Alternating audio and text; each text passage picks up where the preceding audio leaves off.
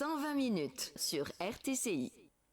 Avec aujourd'hui Sem Ibn Amr en direct du Studio 10. Bonsoir, bienvenue sur RTCI. Bonsoir Khatem et merci pour l'invitation.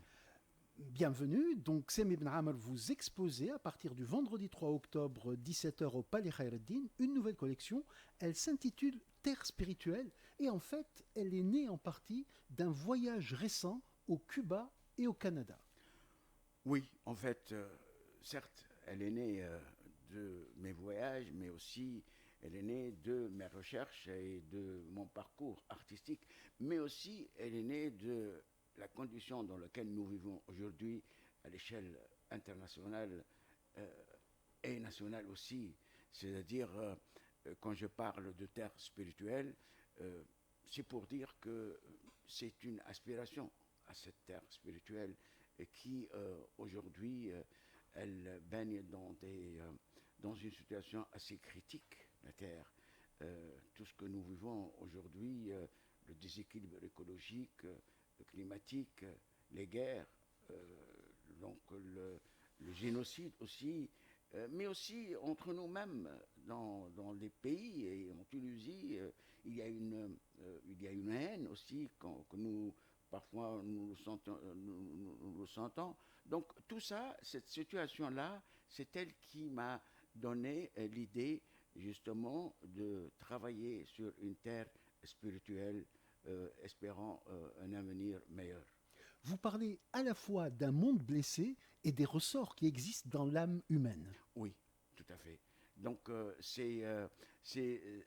savez, si on néglige, si on perd cette âme, ce sentiment intérieur qui parle en nous et qui remonte de l'humanité chez l'être humain, c'est-à-dire on est fini. Et c'est ça que j'essaie de développer en se référant à l'histoire de l'humanité. À l'histoire de l'humanité, je veux dire par exemple la Tunisie, Carthage, Berbère, mais aussi les autres pays, les autochtones du Canada. Oui, j'étais au Canada et j'ai appris beaucoup de choses. J'ai donc sélectionné quelques symboles que j'ai développés. J'étais à Cuba, oui, et j'ai sélectionné, de Cuba, j'ai sélectionné un symbole qui est très intéressant, l'amour éternel. Et ce sont deux oiseaux qui se joignent au niveau de la fin du bec. Pour le Canada, c'est la tortue qui garde l'environnement et qui est signe de longévité. Et ce symbole de ce que nous vivons aujourd'hui comme équilibre des écologiques. Donc les anciens ont pensé à tout ce que nous sommes en train de vivre, mais d'une manière pas correcte. Et quand vous parlez de terre spirituelle, c'est le titre de cette exposition. Ouais. Cette terre, en fait, est en quête de valeur. C'est ce que vous entendez. Tout à fait. C'est ça. Cette exposition, c'est à la fois, elle souligne cette perte de valeur, la perte de ces valeurs, mais aussi elle aspire à ces valeurs, elle donne espoir à ces valeurs. Il y a deux choses, donc, et j'essaie de mettre en valeur ça dans une approche purement plastique, c'est-à-dire c'est pas de l'illustration, bien entendu, c'est un discours, c'est une approche purement plastique qui est le prolongement de ce que j'ai fait auparavant. Je suis un peintre matiériste et je travaille la matière, je travaille le relief et j'ai fait émerger justement ces signes par exemple le tanit de Carthage, je le représente à travers cette matière qui renvoie justement à l'histoire, à la roche, à tout ce qui rappelle l'histoire. Donc c'est loin d'être, bien entendu, il y a par exemple la tortue, je prends le schéma de la tortue tel qu'il a été utilisé, Je le développe à ma façon, dans mon style, comme je l'ai toujours, donc à ma facture. Et vous avez choisi, au niveau plastique, pour cette exposition, de travailler sur bois et sur toile. Donc ce sont des techniques mixtes sur bois et sur toile. Alors, ce sont des techniques mixtes sur bois et sur toile. Bon, toile, c'est parce que je travaille toujours sur la toile, mais le bois aussi. Le bois, surtout, je travaille toile et bois, mais je travaille le cercle et le carré. Et c'est lié, hein. Donc, le cercle et le carré, ce sont, vous savez, le cercle, c'est un carré tournant. Et le cercle s'intègre dans le carré parfaitement. Et donc, quand le cercle dans le carré tourne, ça crée un cercle. Et pourquoi le cercle et le carré? Parce que je suis habitué à travailler sur ça, parce que depuis 2007, quand j'ai présenté une exposition qui s'appelait Terre vénérée. C'était à la Galerie Callisté, et j'ai vénéré cette terre à travers le côté à travers le ciel, à travers le noyau de la Terre, l'énergie, à travers les reliefs. Et j'ai fait un tour comme ça, et c'était un point de départ. Faire l'éloge de la Terre, c'est justement en espérant que cette Terre puisse continuer à tourner. On va y revenir, Ouais. mais en même temps, Sam Ibn Amr, vous avez toujours été tenté par l'expérimentation. Vous avez travaillé avec des collages, vous avez Oui. travaillé avec des photogrammes, Ouais. et là, vous arrivez avec une technique plus classique peut-être, mais qui continue à chercher. Oui, merci de me rappeler ça, c'est que vous êtes, vous suivez très très bien ma démarche. Oui, j'ai commencé, moi j'ai fait une formation, c'est-à-dire une formation à l'école des beaux-arts, c'était audiovisuel, vidéo et photo.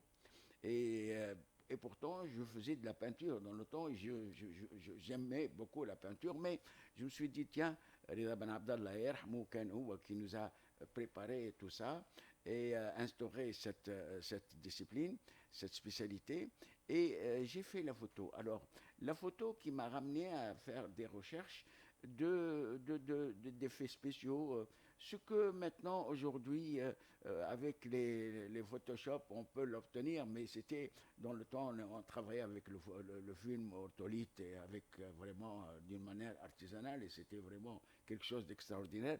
Et les résultats ramènent vers quelque chose qui est de la peinture. Alors, il y a peinture et photo, sont deux choses complètement liées. Et quand j'étais à Paris, je suis revenu, j'avais cette idée, cette formation de photographe, mais aussi formation de peintre, parce que ma thèse était sur le rôle de l'imprévisible dans l'activité picturale. J'ai fait de la peinture, donc un texte sur ma pratique artistique, ce qu'on appelle l'autopoétique. Et ça, c'est une donnée importante qui est différente de l'esthétique. Et j'ai fait de la photographie, j'ai travaillé sur des photogrammes. Photogramme,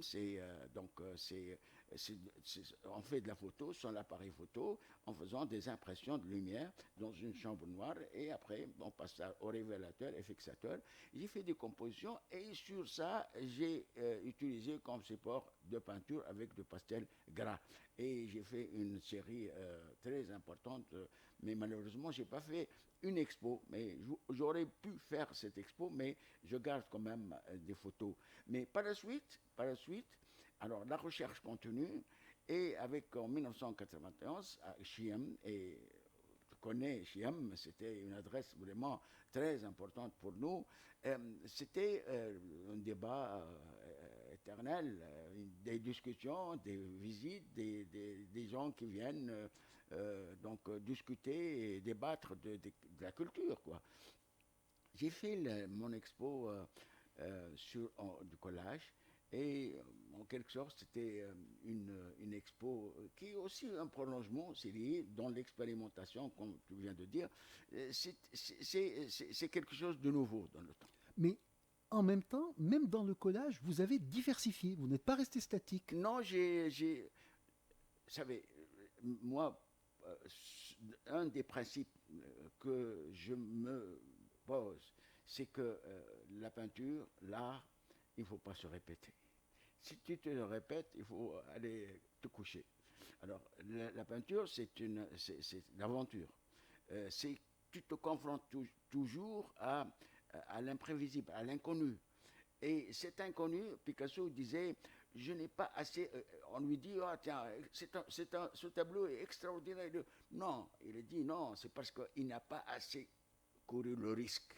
C'est-à-dire, il faut détruire pour reconstruire et pour découvrir des choses qui sont nouvelles. Donc le risque, ça c'est ça, le risque qui nous ramène vers l'innovation. Tout à fait. Alors, Sem Ibn Amr, bien évidemment, on va parler d'art plastique aujourd'hui. On va surtout parler de cette exposition Terre spirituelle, Al-Ard al-Ruhiya, qui sera inaugurée le 3 octobre au Palais Khaireddin. Mais on ne va pas oublier tout de même que cette exposition qui ouvre un nouveau parcours véritablement.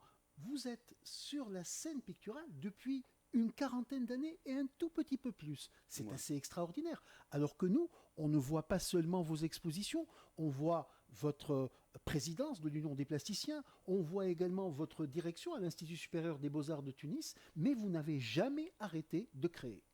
Ah oui, disons, j'ai arrêté de créer, pas totalement, quand j'ai pris la direction de l'Union des artistes plasticiens, c'est-à-dire je faisais par an 2, 3 tableaux, mais quand j'ai quitté l'Union, j'ai vite réalisé une exposition personnelle à Calisthée, c'était Terre Vénérée. Mais quand j'étais directeur, j'ai déjà commencé une exposition qui s'appelle Terre originelle. C'était au Violon Bleu. Et du coup, on m'a appelé pour cette direction et j'étais en train de peindre. Et on m'a dit, ça y est, on m'a désigné pour diriger l'ISBAT. Du coup, j'étais un petit peu figé.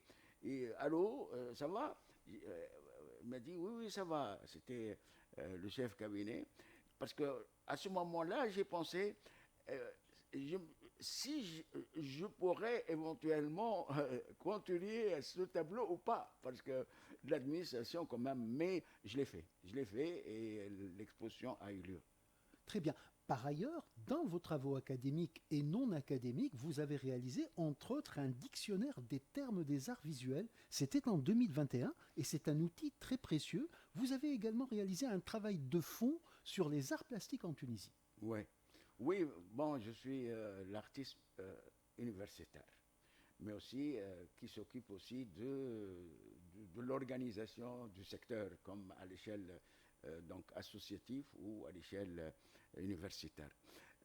Oui, parce que étant que je suis étant artiste universitaire, chercheur, la recherche m'intéresse énormément. Et la terminologie, le dictionnaire qui était sous le titre معجم مصطلحات الفنون البصرية, donc dictionnaire des termes des arts plastiques. Et c'est quelque chose qui est né depuis des décennies. Et j'ai fait ma thèse à Paris, hein, Sorbonne, et quand je suis revenu, j'ai constaté que nous parlons que de français dans notre discipline. Et il y a une crise de terminologie. Bon, on traduit des choses d'une manière maladroite.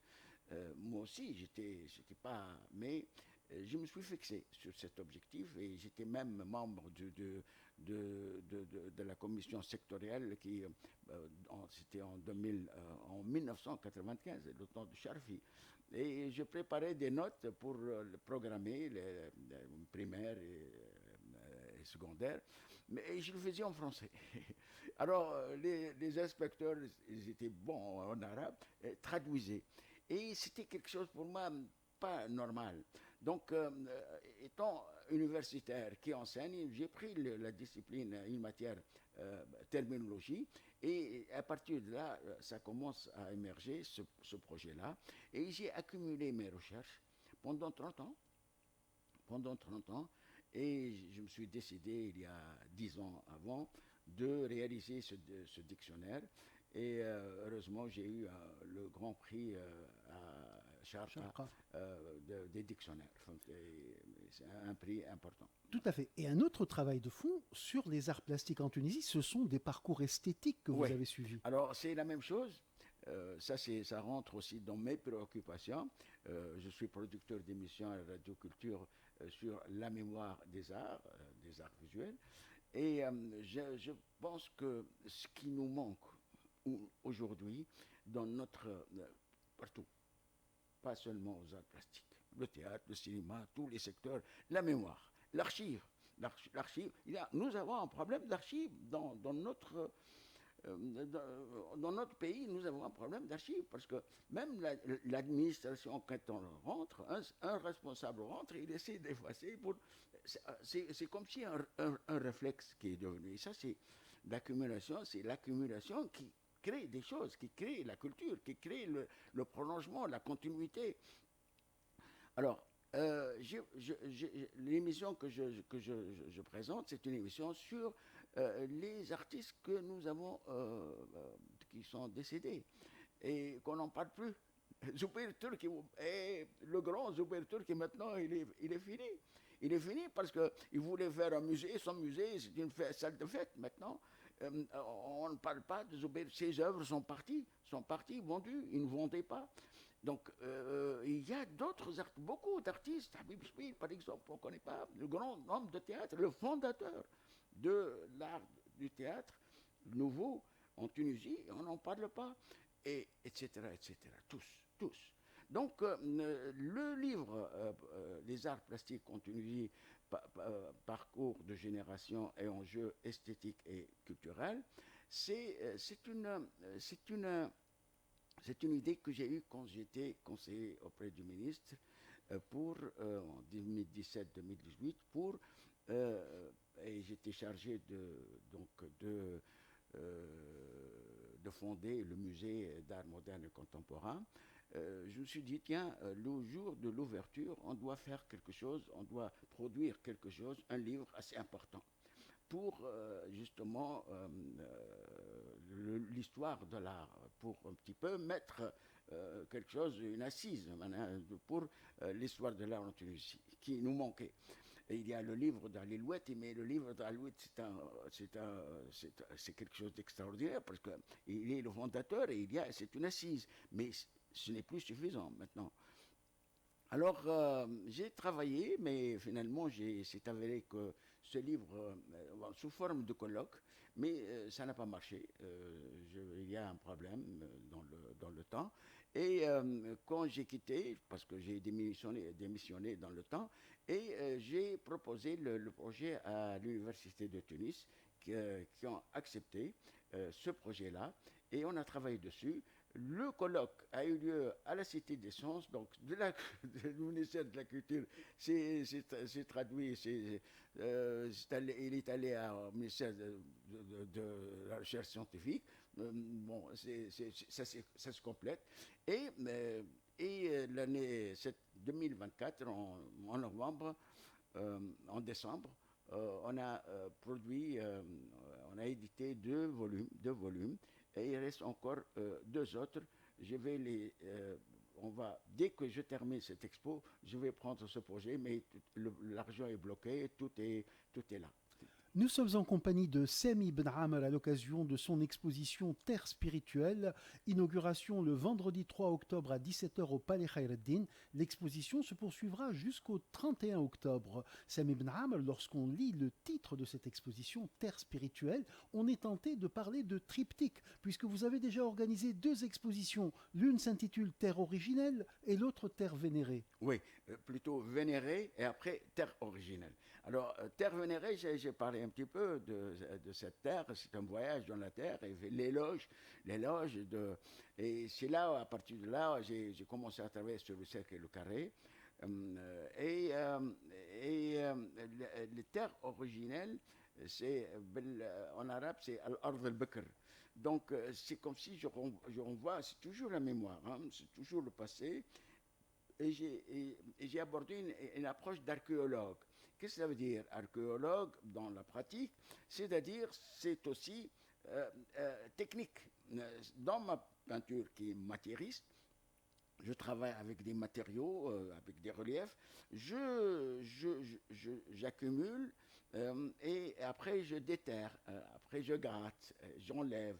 Pour retrouver, qu'est-ce que je retrouve? Je retrouve des fossiles et je retrouve la lettre sumérienne qui était la première langue que l'être humain a connue. Donc c'est un petit peu retour à l'ancien et se rappeler de ce début, de ce côté histoire. Mais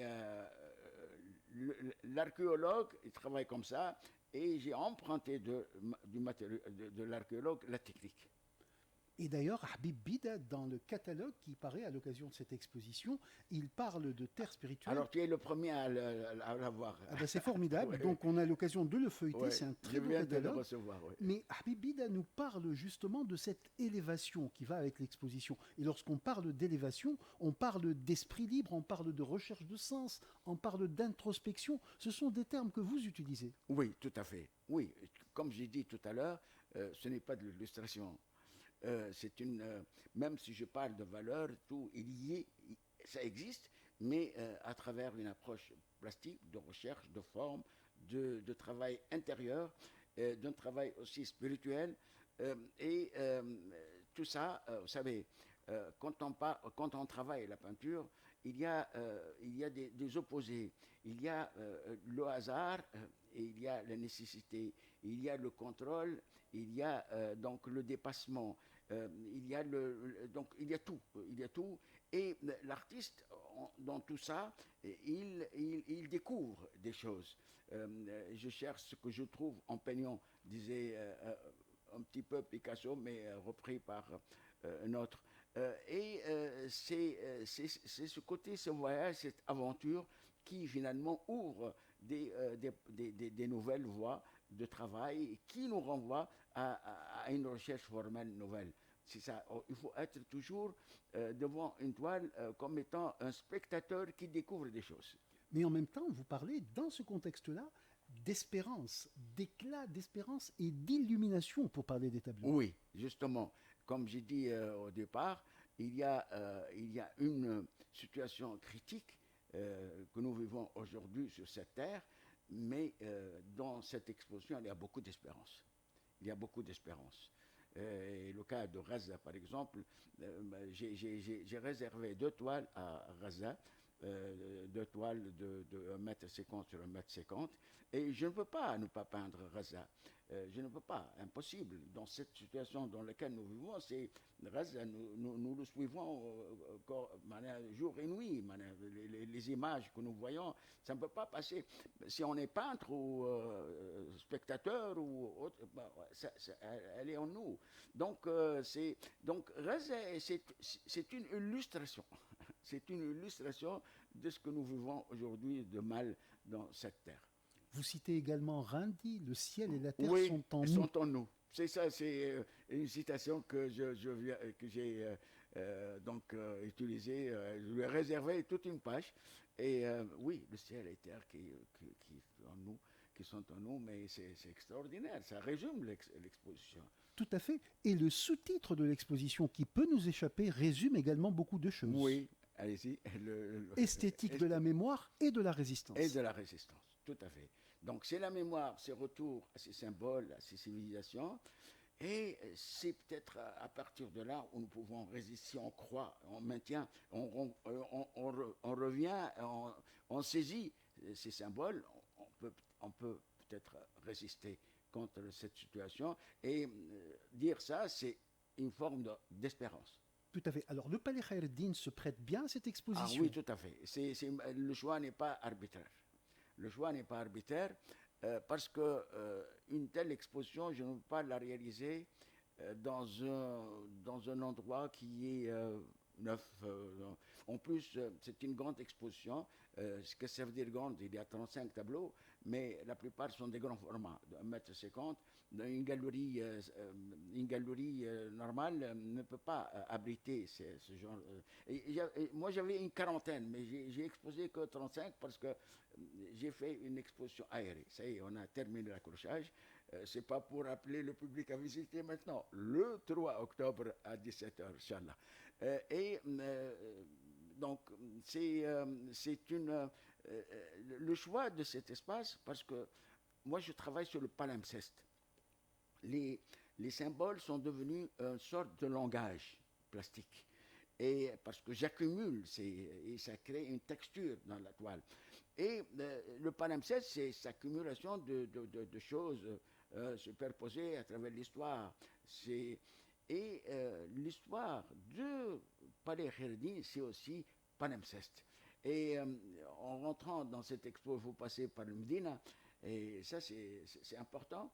Et c'est là où il y a un retour vers soi, un retour vers le passé, un retour, on sort un petit peu de... Oui, parce que في المنار ولا في المنزه ولا dans une autre, la Marsa, on rentre, quand on va à la Médina, c'est un autre monde.